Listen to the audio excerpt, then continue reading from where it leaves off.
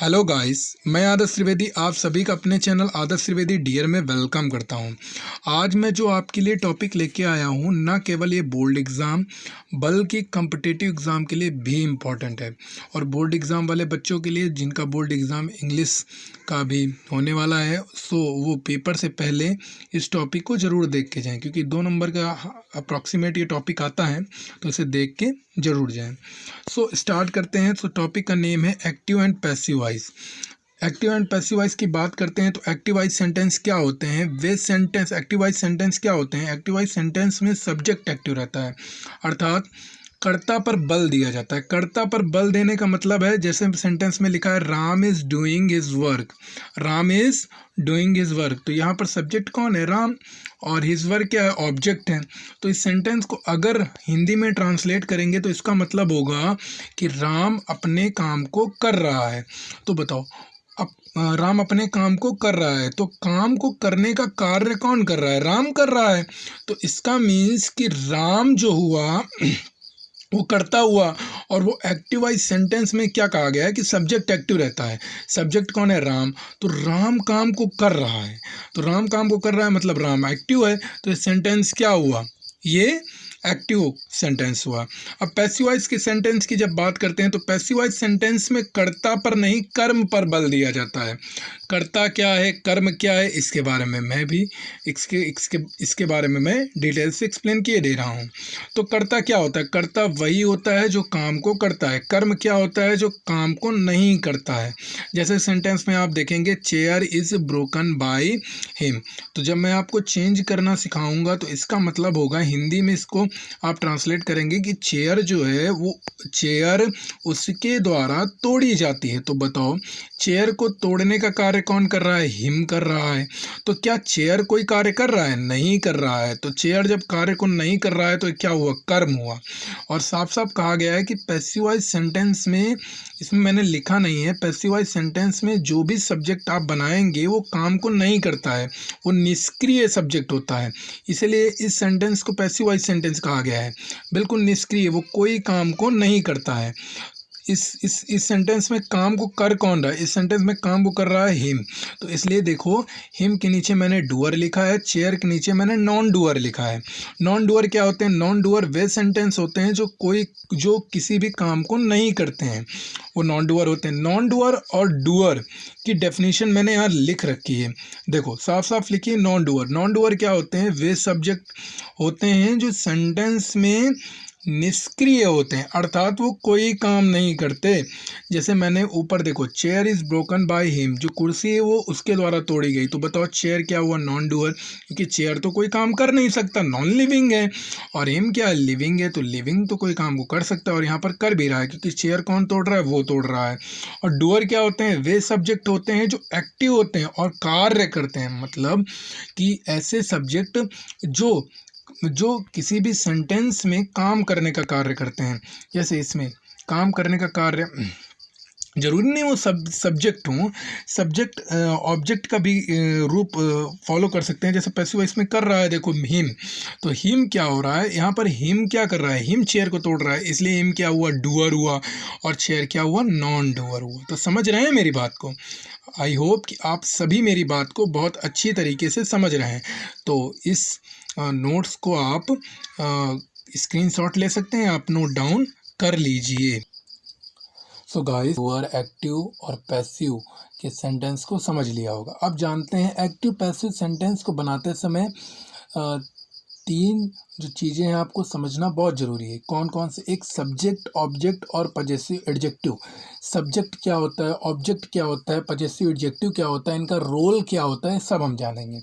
देखो, आप सभी जानते होंगे कि प्रोनाउन के सब्जेक्ट के बारे में मैं बात कर रहा हूँ। सब्जेक्ट कौन कौन से होते हैं प्रोनाउन में, आई, ही, सी, दे, वी, यू, इट, यही सब्जेक्ट होता है। ओके, इनका ऑब्जेक्ट क्या बनता है, इन्हें आप सब्जेक्टिव केस भी कहते हैं, इन्हें ऑब्जेक्टिव केस भी कहते हैं। तो इनका ऑब्जेक्टिव केस क्या बनता है, me, him, her, them, us, you, it. क्या बनता है, मेरे साथ एक बार फिर रिपीट कीजिए, me, him, her, them, us, you, it, तो यही बनता है। देख, इनका एडजेक्टिव क्या बनता है, आई का एडजेक्टिव जो बनता है वो बनता है माई, और ही का एडजेक्टिव क्या बनता है, हिज, और सी का जो एडजेक्टिव बनता है वो बनता है हर, दे का एडजेक्टिव बनता है देयर, और यू का एडजेक्टिव बनता है योर, और इट का एडजेक्टिव जो बनता है वो बनता है इट्स। अब जानते हैं चेंज रूल, कैसे चेंज करते हैं पैसिव वॉइस को, हम वो रूल अब जानने वाले हैं। तो पैसिव वॉइस के चेंज रूल के बारे में अगर हम जानें तो पैसिव वॉइस में फर्स्ट स्टेप में हम जानेंगे कि टेंस को कैसे चेंज करते हैं। स्टेप बाय स्टेप चलेंगे, काफ़ी रूल है। इंपरेटिव सेंटेंस को कैसे चेंज करते हैं, मॉडल को कैसे चेंज करते हैं। So there are so many rules in passive voice. So अब पहले स्टेप में हम जानेंगे कि टेंस को कैसे चेंज करते हैं पैसिव वॉइस में। तो चेंज रूल क्या कहता है पैसिव वॉइस में फर्स्ट स्टेप में हम टेंस को चेंज करना सीखेंगे। तो उससे पहले हम बी की फॉर्म जान लें, क्योंकि बी की फॉर्म का यहाँ बहुत यूज होने वाला है। तो जब बी की फॉर्म देखते हैं, देखो वर्ब की कितनी फॉर्म होती हैं, तीन फॉर्में होती हैं, first form, second form, third form. First form को प्रेजेंट फॉर्म कहते हैं, सेकंड फॉर्म को पास्ट फॉर्म कहते हैं, और थर्ड फॉर्म को परफेक्ट फॉर्म कहते हैं। क्या कहते हैं, परफेक्ट फॉर्म। एक होती है जीरंड फॉर्म, उसके बारे में हम आगे चर्चा करेंगे। तो प्रेजेंट फॉर्म में जो बी की फॉर्म होती है वो होती है इज, एम, आर। तो आज से कहीं भी आप इज, एम, आर देखेंगे तो आप तुरंत समझ जाएंगे कि बी की फॉर्म है, वो भी प्रेजेंट फॉर्म में है। ओके, सो पास्ट की फॉर्म क्या है, वॉज और वर है। परफेक्ट क्या है, बीन है। परफेक्ट क्या है, बीन है। परफेक्ट क्या है, बीन है। अगर आप और डिटेल में जानेंगे तो जीरंड जो फॉर्म होती है इसकी आईएनजी फॉर्म, वो होती है बीइंग। क्या होती है, बीइंग। आपको मेरे साथ रिपीट करना है, बीइंग। क्या होती है, बीइंग। क्या होती है, बीइंग। सो अब जानते हैं कि प्रेजेंट इंडेफिनिट को पैसिव वॉइस में कैसे चेंज करते हैं। तो जब बात करते हैं प्रेजेंट इंडेफिनिट टेंस को, चेंज रूल इनका क्या जानते हैं। तो चेंज रूल क्या होता है, इज, आई एम, आर में इसको चेंज करते हैं। आप ये नहीं कहेंगे कि प्रेजेंट डेफिनेट को सर प्रेजेंट कॉन्टिन्यूअस में चेंज करते हैं। नो, ये इनकरेक्ट है। आप ऐसे नहीं कह सकते हैं प्रेजेंट डेफिनेट को प्रेजेंट कॉन्टिन्यूअस में, दैट इज़ नॉट पॉसिबल। सो आप इसका जानेंगे, मैं समझा रहा हूँ तो आप समझ जाएंगे क्यों नहीं कह सकते हैं। देखो, पहला है ही, एग्जाम्पल के थ्रू हम इसका स्ट्रक्चर बनाएंगे कि प्रेजेंट डेफिनेट को जब चेंज करेंगे तो इसका स्ट्रक्चर क्या होगा, चेंजिंग स्ट्रक्चर।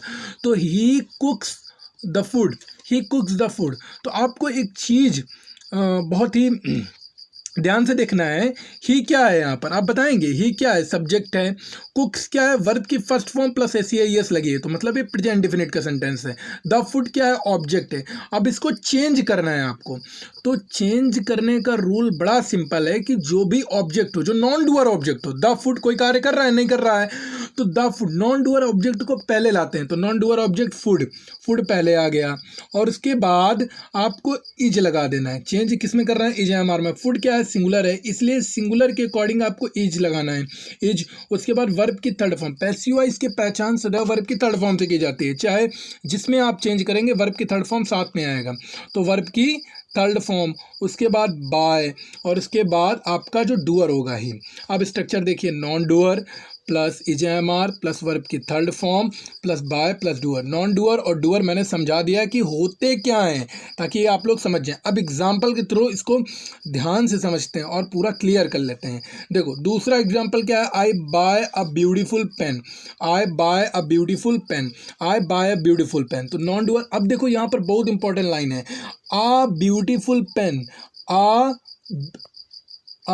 Beautiful pen. तो आप कहेंगे सर यहाँ पर पेन है ऑब्जेक्ट, तो सिर्फ पेन को ले आए। नो, ये इनकरेक्ट होगा। देखो, पेन से पहले कौन है, ब्यूटीफुल है ना। तो ब्यूटीफुल अपने आप में क्या होता है, एडजेक्टिव होता है, और ए आर्टिकल है। तो आर्टिकल सदैव नाउन के साथ में आता है, आर्टिकल सदैव नाउन के साथ में आता है, आर्टिकल सदैव नाउन के साथ में आता है। तो नाउन के साथ में आर्टिकल आता है, तो आप जो भी एडजेक्टिव होता है, एडजेक्टिव वहीं जाएगा जहां उसका नाउन जाएगा। तो ये पूरी जो पूरा है ये फ्रेज, ये पूरा उठ के आएगा, आप ब्यूटीफुल पेन। तो ये पूरा उठ के आएगा, आप ब्यूटीफुल पेन। ए लगा है इसलिए पेन क्या है, सिंगुलर। तो पेन सिंगुलर है, तो इसके साथ सिंगुलर वर्ब इज का यूज किया जाएगा। उसके बाद bought by me, bought by me, bought by me. अब अगला देते हैं, you write a letter, you write a letter. इसको चेंज करेंगे तो a letter is written by you. Okay, उसके बाद अब देखो, ये काफ़ी इंटरेस्टिंग है, does she buy a dress, does he buy a dress, क्या वह एक ड्रेस खरीदता है। तो आप इसको चेंज करेंगे तो आ ड्रेस। देखो ये क्वेश्चन वर्ड वाला है, तो देखो इसमें जैसे डस था, आ ड्रेस सिंगुलर है, तो आ ड्रेस सिंगुलर है तो यहाँ क्या लगाएंगे, इज लगाएंगे, इज आ ड्रेस, और उसके बाद बाय का बॉट बाय हिम, ठीक, बॉट बाय हिम। उसके बाद do you like this song, तो इसी तरह सेम टू सेम बन जाएगा, बना लेंगे आप लोग। Why do you not like this song, इसको बनाना है, तो वाई डू यू कभी क्वेश्चन वर्ड वाले आए जिसमें क्वेश्चन वर्ड पहले दिया जाए तो उसको उसी को सेम सेम कॉपी कर लेते हैं। उसके बाद ये पूरा प्रोसेस मैंने आपको समझा दिया। Do you not like this pen, तो is this song, do you not like this song, is this song not like by you. I think आप सभी को मेरा वीडियो बहुत पसंद आया होगा। अगर पसंद आया हो तो please like and subscribe share and जरूर करिएगा। और इसी तरह के वीडियो, अभी एक ख़त्म टॉपिक नहीं हुआ, इसमें 2-3 क्लासें और लगेंगी और उससे आपको पूरा कंफर्म हो जाएगा, पूरा क्लियर हो जाएगा। तो मिलते हैं अपने नेक्स्ट वीडियो में, तब तक के लिए जय हिंद।